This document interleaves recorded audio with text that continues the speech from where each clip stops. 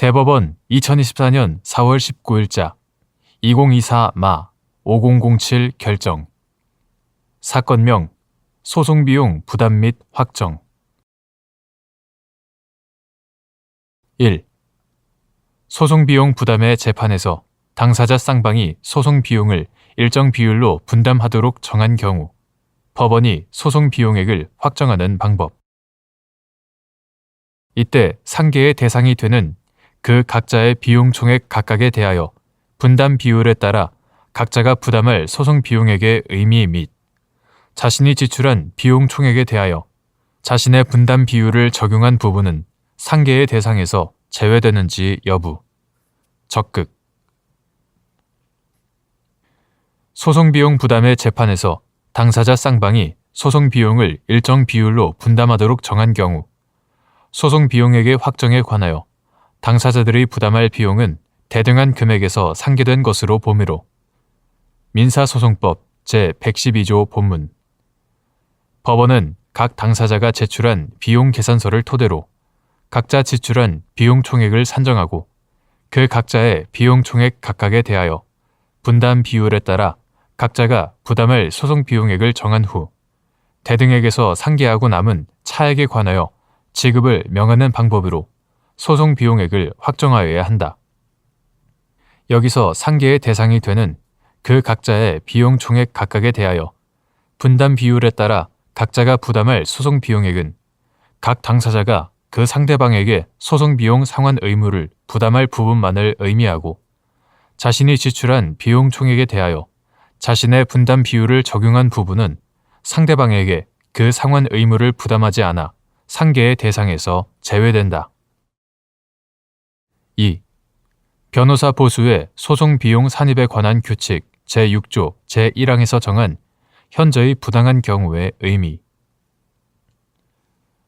변호사 보수의 소송 비용 산입에 관한 규칙 이하 보수규칙이라 한다.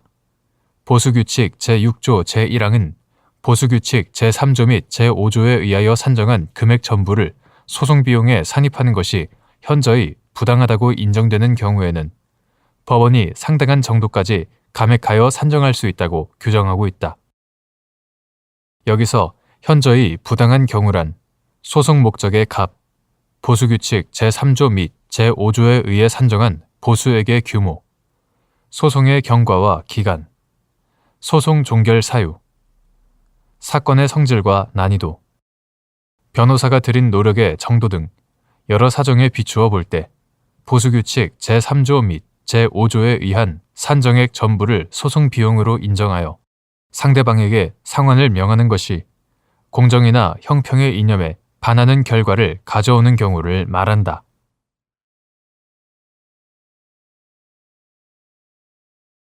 대법원 2024년 4월 25일 선고 2019-261-558 판결. 사건명 손해배상 기. 1. 영국법상 채무 불이행에 대한 위약금 약정이 과다하고 비양심적 extravagant and unconscionable. 비양심적인 경우 강제할 수 없는 위약벌에 해당하는지 여부. 적극. 위약금 약정이 손해배상액의 예정 liquidated damages. 손해배상액의 예정인지 위약벌 penalty. 위약벌인지 판단하는 기준 및 이때 상대방의 계약상 의무 이행을 강제할 정당한 이익은 계약 위반으로 인한 예상 손해의 최대치를 전보받는 것에 한정되는지 여부. 소극. 영국법상 채무 불이행에 대한 위약금 약정은 그 약정 내용에 따라 손해배상액의 예정 liquidated damages. 손해배상액의 예정과 위약벌 penalty. 위약벌로 구분되고 위약금 약정의 내용이 과다하고 비양심적 extravagant and unconscionable. 과다하고 비양심적이라면 이는 위약벌에 해당하여 강제할 수 없다. unenforceable. 이른바 위약벌 원칙 The Penalty Rule. Dunlop Pneumatic Tire Co. Limited, V New Garage and Motor Co. Limited, 1980, AC 79 등 참조. 위약금 약정이 손해배상액의 예정인지 위약벌인지는 계약 해석의 문제로서 계약 당시 상황을 기초로 하여 약정된 위약금이 상대방의 계약상 의무 이행을 강제할 정당한 이익과 비례하는 범위 내에 있는지가 기준이 되고, 이때 상대방의 계약상 의무 이행을 강제할 정당한 이익은 계약 위반으로 인한 예상 손해의 최대치를 전보받는 것에 한정되지 않는다. Cavendish Scale Holding BVV McDessie 2015 UKSC 67 참조. 또한 위약금 약정의 내용이 의무 위반의 내용 및 정도를 고려하지 않고 일률적으로 특정액을 지급하기로 한 것인지, 계약 체결 당시 손해 규모를 예측하는 것이 용이한지, 위약금 약정이 부과된 계약이 상사 계약인지, 계약 당사자들의 협상력이 대등한지 등을 종합적으로 고려하여 위약벌인지를 판단한다. 위 판결들 참조. 2. 손해배상 예정액이 부당히 과다한 경우에는 법원이 적당히 감액할 수 있다고 정한 민법 제398조 제2항이 준거법에 관계없이 해당 법률 관계에 적용되어야 하는 국제사법 제7조의 국제적 강행 규정인지 여부. 소극. 준거법인 영국법을 적용한 결과 손해배상 예정액을 별도로 감액할 수 없다고 하여 그 적용이 국제사법 제10조에 대한민국의 선량한 풍속, 그 밖의 사회질서에 명백히 위반되는 때에 해당하는지 여부. 소극. 손해배상 예정액이 부당히 과다한 경우에는 법원이 적당히 감액할 수 있다고 정한 민법 제398조 제2항은 법관의 재량에 의한 감액을 통해 당사자들의 계약에 개입하여 내용을 수정하는 권한을 부여하는 규정이다. 이 규정은 그 입법 목적과 성격, 내용에 비추어 볼 때 준거법에 관계없이 해당 법률 관계에 적용되어야 하는 국제사법 2022년 1월 4일 법률 제18670호로 전부 개정되기 전의 것. 국제사법 제7조의 국제적 강행 규정이라고 볼 수 없다. 그리고 준거법인 영국법을 적용한 결과 손해배상 예정액을 별도로 감액할 수 없다고 하여 그 적용이 국제사법 제10조에 대한민국의 선량한 풍속, 그 밖의 사회 질서에 명백히 위반되는 때에 해당한다고 볼 수도 없다.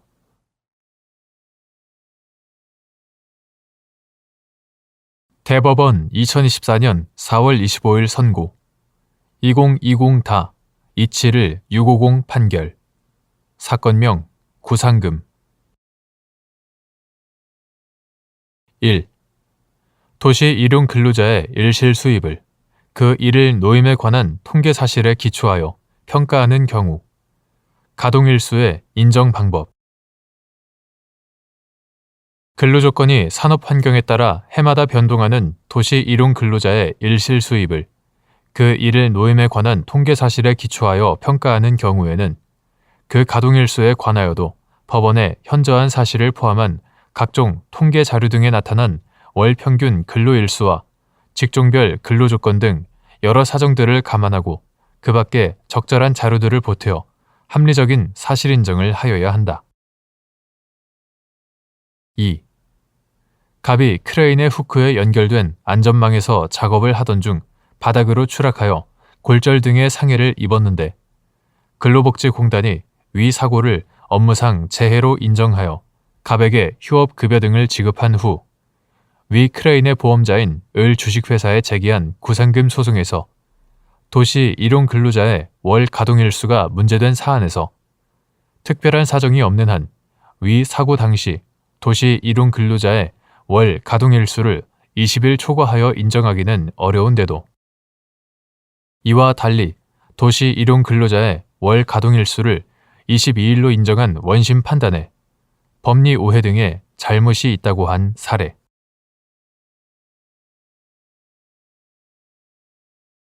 대법원 2024년 4월 25일 선고 2022다 254-024 판결. 사건명 약정금.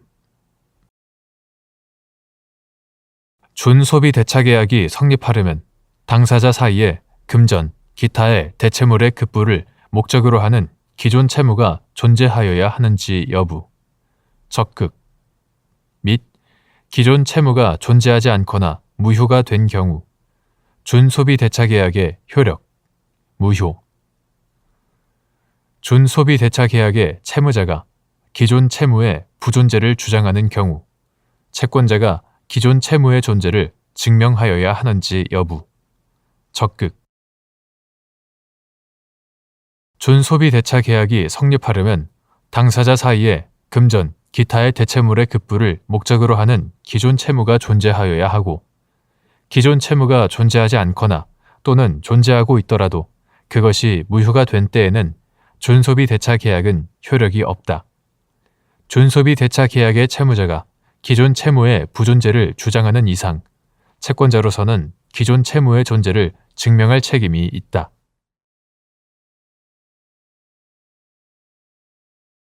대법원 2024년 4월 25일 선고 2023-300-146 판결. 사건명 소유권 이전 등기. 1. 공공주택특별법 제50조의 3, 제1항, 제1호 라목에서 정한 우선 분양전환 자격 요건 중 분양전환하는 시점에 해당 임대주택 입주 시 자격 요건 중 주택 소유 기준을 충족하고 있는 경우의 의미. 임차인이 해당 임대주택에 입주할 당시 입주자 모집 공고 내지 임대차 계약에서 우선 분양전환 자격 요건으로 정하였던 주택 소유 기준을 분양전환 시점에 충족하고 있는 것. 구임대주택법 2015년 8월 28일 법률 제134995 민간임대주택에 관한 특별법으로 전부 개정되기 전의 것. 이하 구임대주택법이라 한다. 구임대주택법 제21조 제1항은 임대사업자가 임대 의무 기간이 지난 후 공공건설 임대주택을 분양 전환하는 경우 각 호에서 정하는 임차인에게 우선 분양 전환하여야 한다고 규정하면서 같은 항 제4호에서 선착순의 방법으로 입주자로 선정된 경우에는 분양 전환 당시까지 거주한 무주택자인 임차인을 우선 분양 전환 대상자로 정하였다. 그런데 2020년 12월 22일 법률 제17734호로 개정된 공공주택특별법 제50조의 3, 제1항, 제1호는 공공주택 사업자가 임대 의무 기간이 지난 후 공공건설 임대주택을 분양 전환하는 경우 분양 전환 시점에 임대주택에 거주하는 임차인으로서 각 목에 우선 분양 전환 자격을 갖춘 사람에게 우선 분양 전환하여야 한다고 규정하면서 같은 호 라목에서 선착순의 방법으로 해당 임대주택의 입주자로 선정된 자로서 입주일부터 분양 전환할 때까지 계속하여 거주하면서 분양 전환하는 시점에 해당 임대주택 입주 시 자격 요건 중 주택 소유 기준을 충족하고 있는 경우를 우선 분양 전환 자격 요건으로 정하고 있다. 이처럼 선착순의 방법으로 입주자로 선정된 임차인의 우선 분양 전환 자격 요건 중 주택 소유 기준 부분을 구임대주택법 제21조 제1항 제4호에 무주택자인 임차인에서 공공주택특별법 제50조의 3 제1항 제1호 라목에 분양 전환하는 시점에 해당 임대주택 입주 시 자격 요건 중 주택 소유 기준을 충족하고 있는 경우로 변경한 취지는 당초 공공건설 임대주택에 입주할 때 임대사업자로부터 고지받거나 임대사업자와 합의에 이른 우선 분양전환 자격 요건을 신뢰한 임차인을 보호하고 공공건설 임대주택의 우선 분양 전환을 둘러싼 임대사업자와 임차인 간의 분쟁을 예방하려는 데에 있다.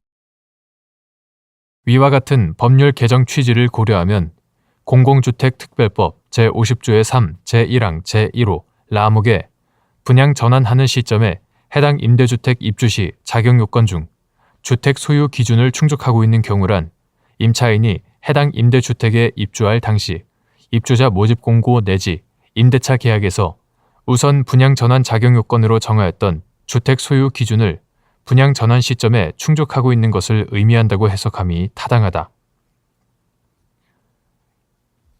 2. 갑이 선착순의 방법으로 공공건설 임대주택인 아파트의 입주자로 선정된 후 임대사업자인 을 주식회사와 체결한 임대차 계약에서 선착순의 방법으로 입주자로 선정된 임차인의 경우 분양 전환 당시 임차인 본인만 무주택 요건을 충족하면 우선 분양 전환 자격을 얻을 수 있도록 정하였고, 그 후 을 회사로부터 임대사업자 지위를 승계한 병 주식회사가 갑과 종전과 동일한 내용 및 조건으로 임대차 계약을 체결한 사안에서 위 아파트는 분양 전환이 완료되지 아니한 주택에 해당하므로 공공주택특별법 제50조의 3 제1항 제1호 라목이 적용되는데, 선착순의 방법으로 입주자로 선정되어 분양 전환 당시까지 위 아파트에 거주한 갑은 주택을 소유하고 있지 않으므로 같은 세대를 구성하는 배우자가 주택을 소유하고 있는지에 관계없이 우선 분양 전환 대상자에 해당한다고 본 원심 판단을 수긍한 사례.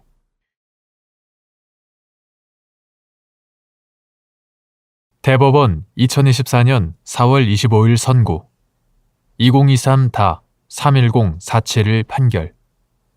사건명 부당이득금. 유사수신 행위의 규제에 관한 법률 제3조의 법적 성질, 단속 규정 및 유사수신 행위로 체결된 계약의 사법상 효력, 원칙적 유효. 유사수신 행위의 규제에 관한 법률 이하 유사수신행위법이라 한다. 유사수신행위법 제3조는 효력규정 또는 강행규정이 아니라 단속규정에 불과하므로 유사수신행위로 체결된 계약은 특별한 사정이 없는 한 사법상 효력을 가진다고 보아야 한다. 이유는 다음과 같다.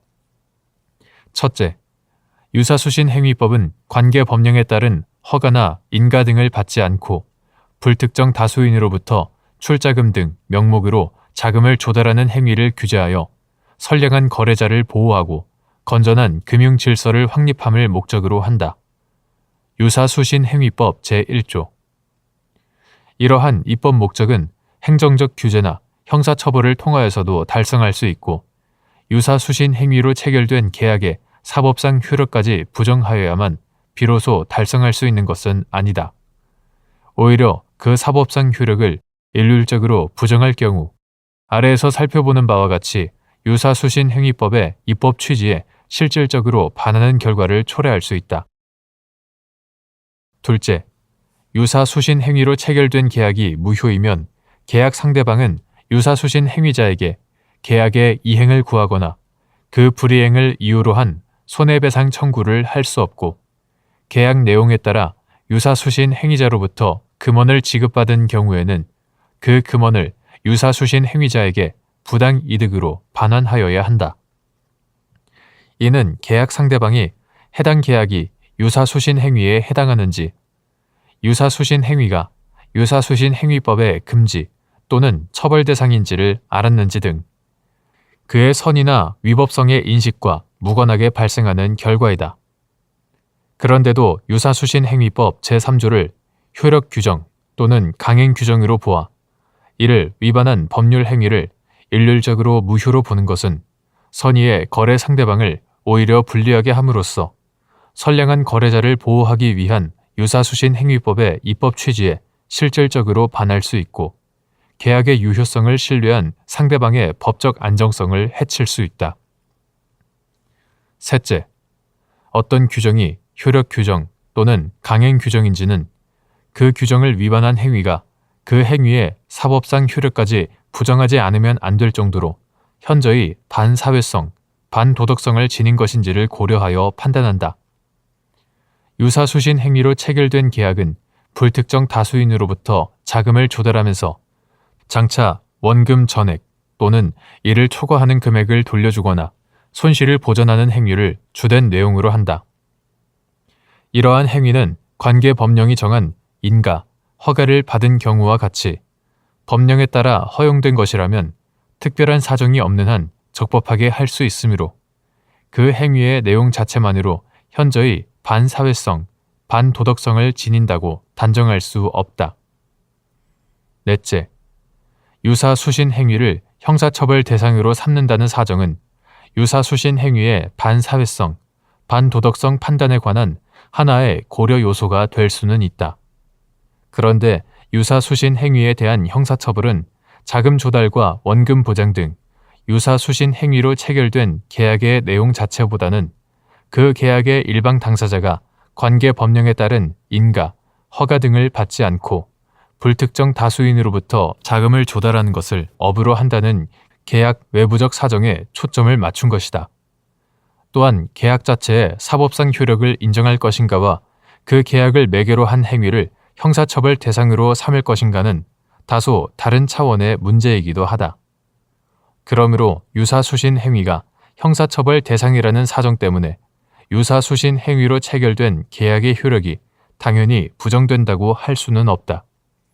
아울러 유사수신 행위법 위반 행위는 사기 범행과 더불어 행해지는 경우가 많은데 사기 범행 역시 형사처벌 대상으로서 유사수신 행위법 위반 행위보다 법정형, 징역형 부분, 법정형이 더 높은데도 사기 범행으로 체결된 계약은 무효가 아닌 취소 대상일 뿐이라는 점도 고려해야 한다. 대법원 2024년 4월 25일자 2023-8009 결정. 사건명 손해배상 국 문서 제출 명령에 대한 재항고. 문서의 제출을 거부할 수 있는 예외 사유로서 민사소송법 제344조 제2항에서 정한 공무원 또는 공무원이었던 사람이 그 직무와 관련하여 보관하거나 가지고 있는 문서의 의미, 국가기관이 보유, 관리하는 공문서 및 이러한 공문서의 공개는 공공기관의 정보 공개에 관한 법률에서 정한 절차와 방법으로 하여야 하는지 여부, 적극. 금융감독원 직원이 직무상 작성하여 관리하고 있는 문서가 이에 준하여 공개 여부가 결정되어야 하는지 여부, 적극. 및 문서의 소지자는 그 제출을 거부할 수 있는지 여부, 적극. 민사소송법 제344조 제2항은 같은 조 제1항에서 정한 문서에 해당하지 아니한 문서라도 문서의 소지자는 원칙적으로 그 제출을 거부하지 못하나 다만 공무원 또는 공무원이었던 사람이 그 직무와 관련하여 보관하거나 가지고 있는 문서는 예외적으로 제출을 거부할 수 있다고 규정하고 있다. 여기서 말하는 공무원 또는 공무원이었던 사람이 그 직무와 관련하여 보관하거나 가지고 있는 문서란 국가기관이 보유, 관리하는 공문서를 의미하고 이러한 공문서의 공개는 공공기관의 정보 공개에 관한 법률, 이하 정보공개법이라고 한다. 정보공개법에서 정한 절차와 방법으로 하여야 할 것이다. 한편 금융감독원은 금융위원회나 증권선물위원회의 지도, 감독을 받아 금융기관에 대한 검사, 감독 업무 등을 수행하기 위하여 금융위원회의 설치 등에 관한 법률에 의하여 설립된 무자본 특수법인으로 중앙행정기관인 금융위원회 등의 권한을 위탁받아 자본시장의 관리, 감독 및 감시 등에 관한 사항에 대한 업무를 처리할 수 있다. 또한 정보공개법 제2조 제3호 마목 공공기관의 정보공개에 관한 법률 시행령 제2조 제4호에 의하면 금융감독원은 특별법에 따라 설립된 특수법인으로서 정보공개법에서 정한 공공기관에 해당하고 금융감독원이 직무상 작성 또는 취득하여 관리하고 있는 문서에 대하여는 정보공개법이 적용된다. 따라서 금융감독원 직원이 직무상 작성하여 관리하고 있는 문서는 민사소송법 제344조 제2항이 적용되는 문서 중 예외적으로 제출을 거부할 수 있는 공무원 또는 공무원이었던 사람이 그 직무와 관련하여 보관하거나 가지고 있는 문서에 준하여 정보공개법에서 정한 절차와 방법에 의하여 공개 여부가 결정될 필요가 있고 문서의 소지자는 그 제출을 거부할 수 있다고 할 것이다.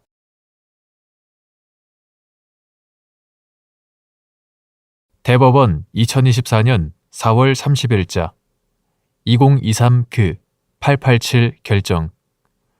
사건명 집행에 관한 이의. 부동산 경매 절차에서 채무자에게 교부할 잉여금을 공탁한 경우 공탁금 지급 청구권의 소멸시효 기간 10년. 소멸시효 기간과 기산점 공탁일. 부동산 경매 절차에서 채무자에 대한 송달이 공시송달의 방법으로 이루어져 채무자가 경매 진행 사실과 잉여금의 존재에 관하여 사실상 알지 못한 경우에도 소멸시효 기간이 진행하는지 여부. 적극. 집행법원은 부동산 경매 절차에서 배당받을 수 있는 각 채권자의 채권에 배당하고도 남은 잉여금이 있을 경우에는 이를 소유자에게 지급하여야 하는데 소유자가 배당기일에 출석하지 아니하여 교부되지 아니한 배당 자녀에게 관하여 배당기일부터 10일 이내에 공탁 절차를 취하여야 한다. 대법원 재판 예규 제1835호. 대법원 재판 예규인 집행사건에 있어서 배당액 등의 공탁 및 공탁 배당액 등의 관리 절차에 관한 예규 재민 92-2. 예규 제2조. 공탁물이 금전인 경우 그 원금 또는 이자의 수령, 회수에 대한 권리는 그 권리를 행사할 수 있는 때부터 10년간 행사하지 아니하면 시효로 소멸하는데 공탁법 제9조 제3항. 경매 절차에서 채무자에게 교부할 잉여금을 공탁한 경우에는 권리를 행사할 수 있는 공탁일부터 소멸시효 기간이 진행한다. 대법원 행정예규 제948호. 대법원 행정예규인 공탁금 지급 청구권의 소멸시효와 국고 귀속 절차 2의 다 2항. 한편 소멸시효는 객관적으로 권리가 발생하고 그 권리를 행사할 수 있는 때부터 진행하고 그 권리를 행사할 수 없는 동안에는 진행하지 아니한다. 여기서 권리를 행사할 수 없다란 그 권리 행사에 법률상의 장애 사유, 예컨대 기간에 미도래나 조건 불성취 등이 있는 경우를 말하는 것이고 사실상 그 권리의 존부나 권리 행사의 가능성을 알지 못하였거나 알지 못함에 과실이 없다고 하여도 이러한 사유는 법률상 장애 사유에 해당한다고 할 수 없다. 따라서 부동산 경매 절차에서 채무자에 대한 송달이 공시송달의 방법으로 이루어짐으로써 채무자가 경매 진행 사실 및 잉여금의 존재에 관하여 사실상 알지 못하였다고 하더라도 소멸시효 기간이 진행한다.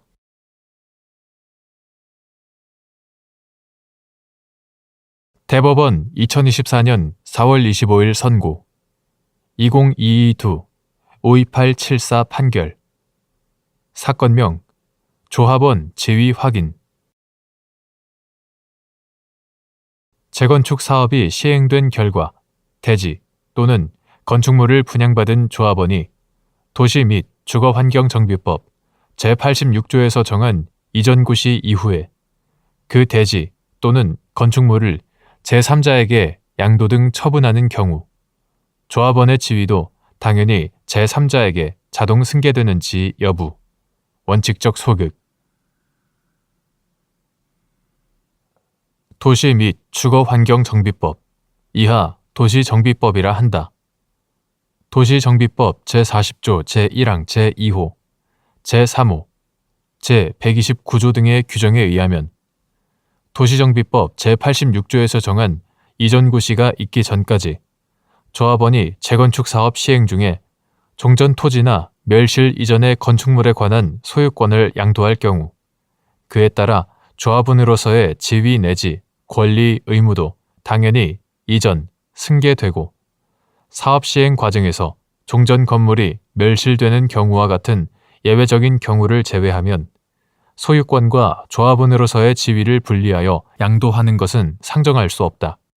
그러나 재건축 사업이 시행된 결과 대지 또는 건축물을 분양받은 자는 이전 고시 다음 날에 분양받은 대지 또는 건축물에 대한 소유권을 취득하게 되는데 도시정비법 제86조 제2항 재건축 사업조합은 그 이후에도 조합원들과 청산금 또는 부가금을 정산하는 등 잔존 목적 사업을 완수하고 해산을 거쳐 법인 청산이 완료될 때까지 존립 목적 범위 내에서 법인격을 유지하게 되고 아울러 조합원의 지위 역시 그 한도에서 계속 유지된다.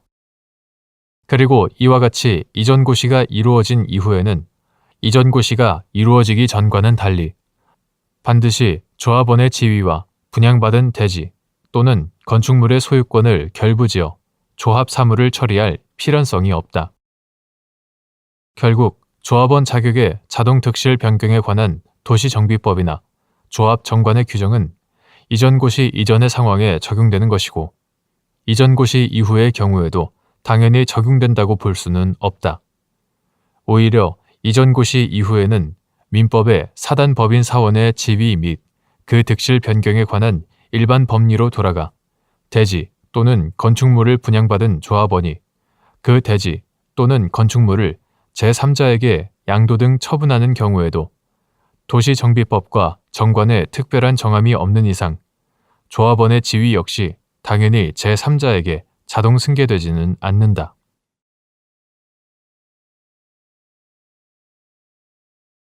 대법원 2024년 4월 25일 선고 2023-2 54242 판결 사건명 벌점 부과 처분 취소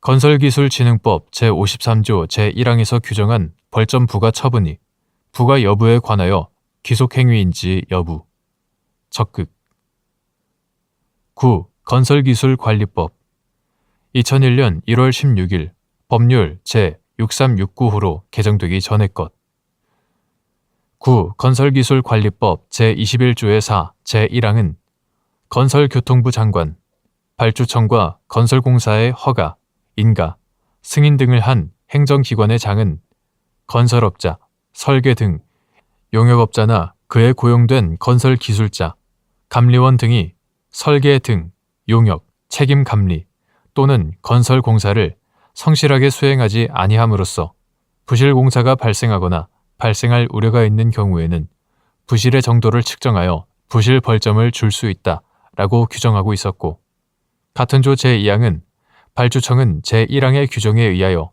부실 벌점을 받은 자에 대하여 그 부실 벌점에 따라 입찰 시 불이익을 줄 수 있다라고 규정하고 있었다.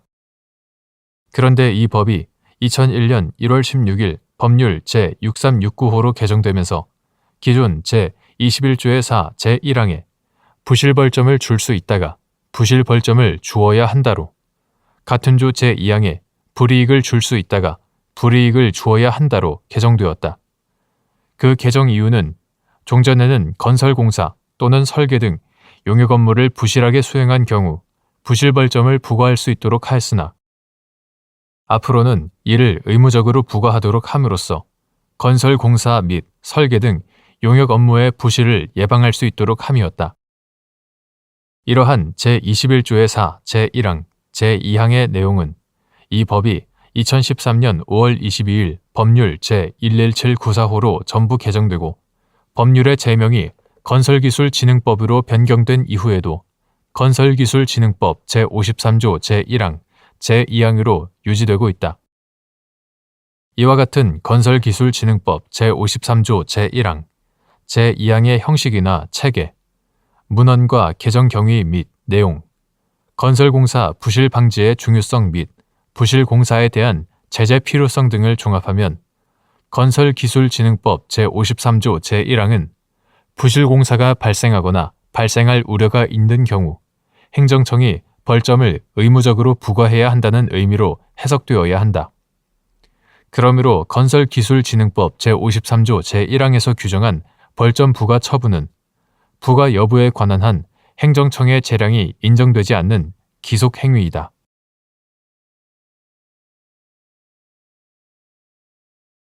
대법원 2024년 4월 25일 선고 2023-18971 판결 사건명, 특정 경제범죄 가중처벌 등에 관한 법률 위반, 사기.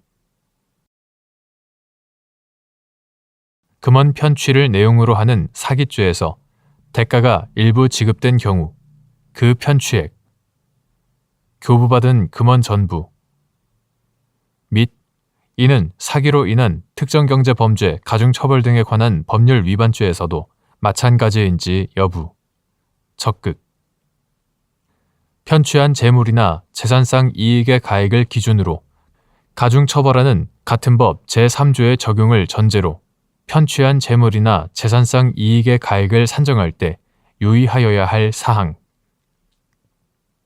이때 편취한 재산상 이익의 가액을 구체적으로 산정할 수 없는 경우 같은 법 제3조를 적용할 수 있는지 여부, 소극.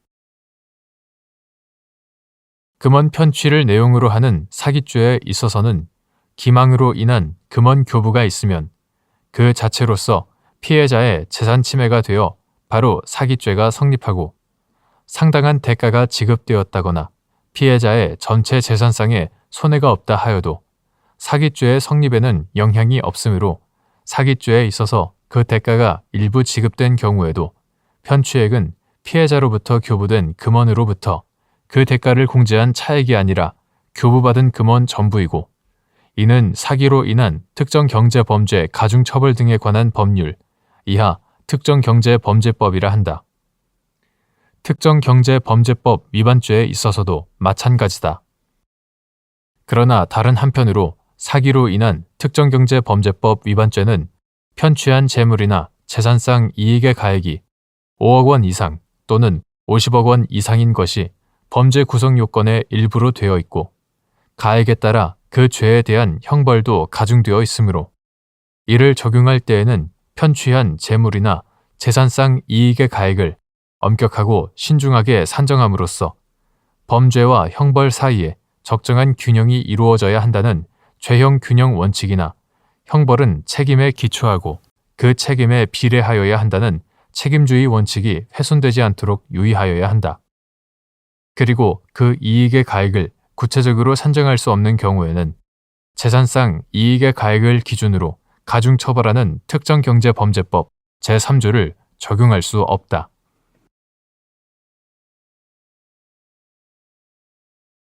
대법원 2024년 4월 25일 선고 2024도 1309 판결 사건명 근로기준법 위반 1. 근로기준법 제2조 제1항 제2호에서 사용자를 사업주에 한정하지 아니하고 확대한 취지 근로기준법 제2조 제1항 제2호는 사용자란 사업주 또는 사업 경영 담당자, 그 밖에 근로자에 관한 사항에 대하여 사업주를 위하여 행위하는 자를 말한다 라고 규정하고 있다. 근로기준법이 그 법의 준수 의무자인 사용자를 사업주에 한정하지 아니하고 사업 경영 담당자 등으로 확대한 이유는 노동 현장에서 근로기준법의 실효성을 확보하기 위한 정책적 배려이다. 2. 형식상으로는 대표이사가 아니지만 실질적으로는 사주로서 회사를 사실상 경영하여 온 자가 근로기준법 제111조에서 말하는 구제명령을 이행하지 아니한 자에 해당하는지 여부, 적극. 근로기준법 제111조는 확정된 구제명령 또는 구제명령을 내용으로 하는 재심 판정을 이행하지 아니한 자를 형사처벌 대상으로 규정하고 있다. 형식상으로는 대표이사가 아니지만 실질적으로는 사주로서 회사를 사실상 경영하여 온 자는 구제명령을 이행할 실질적 권한과 책임을 가지는 사람으로서 위 조항에서 말하는 구제명령을 이행하지 아니한 자에 해당한다.